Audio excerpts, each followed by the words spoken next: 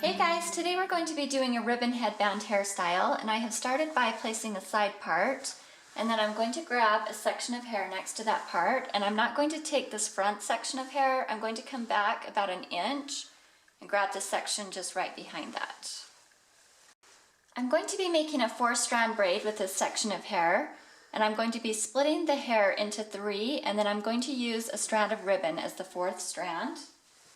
The ribbon I'm going to be using is about 3 feet long, and I'm going to place it in the 3rd position. So I'm going to have 2 strands of hair, and then the ribbon is going to go right here between this one, and then another strand of hair on the end.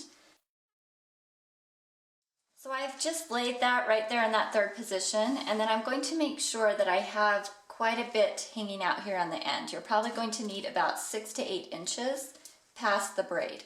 And I'm going to have my daughter hold this just so that it will stay in position while I start this braid.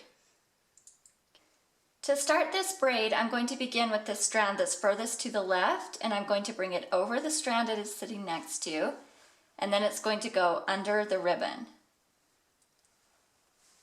And then I'm going to take the strand that is furthest to the right, and I'm going to bring it under the strand it is sitting next to, and then over the ribbon.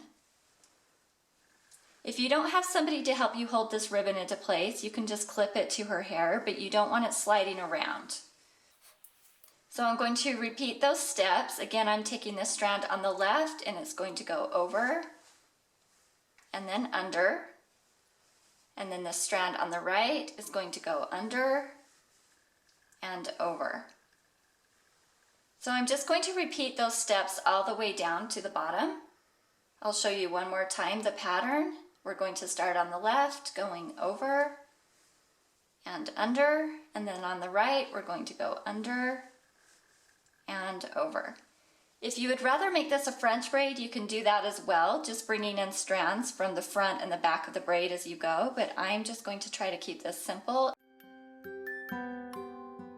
After you have braided that down a little ways, you can have whoever's helping you let go, or you can unclip it because it's really not going to go anywhere. You'll just want to braid that down long enough to where you can reach this kind of to the base of her neck, and then you can tie it off for now. If you want a bigger braid, you can go along these edges and stretch out the pieces of hair on each side. Also, if you use a wider ribbon, it's going to make the braid bigger and it's going to look completely different. So just whatever look you're going for, you can kind of change it up. Alright, as you can see, I still have this tail hanging out here from the top. I'm going to do the exact same thing over here on this other side, and I'm going to use a new strand of ribbon, and I'm going to make another braid coming down, and I'm also going to leave about a 6 to 8 inch tail here at the top.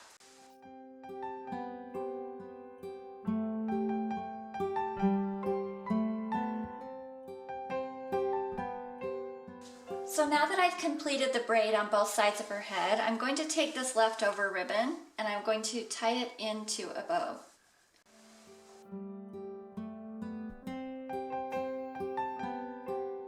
I'm using green ribbon today because St. Patrick's Day is coming up, but you can really use any color or kind of ribbon that you want.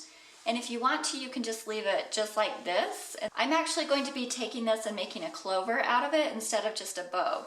So I'm going to double knot this here so that it doesn't come undone. And then I'm going to take these leftover ends and just tie another bow right on top of that. And again, I'm going to double knot that so that it doesn't come undone, and then we'll trim the ends. As you're trimming the ends of this ribbon, you'll just want to be really careful that you don't cut any of her hair. But I'm just going to trim that as close to the knot as I can. So now that I'm done with that, I'm going to take both of the ends of these braids and bring them underneath her hair, and then just combine them here in the back with another rubber band.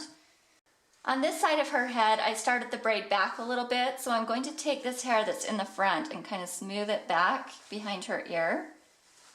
And then I'm going to place the braid just right over that hair.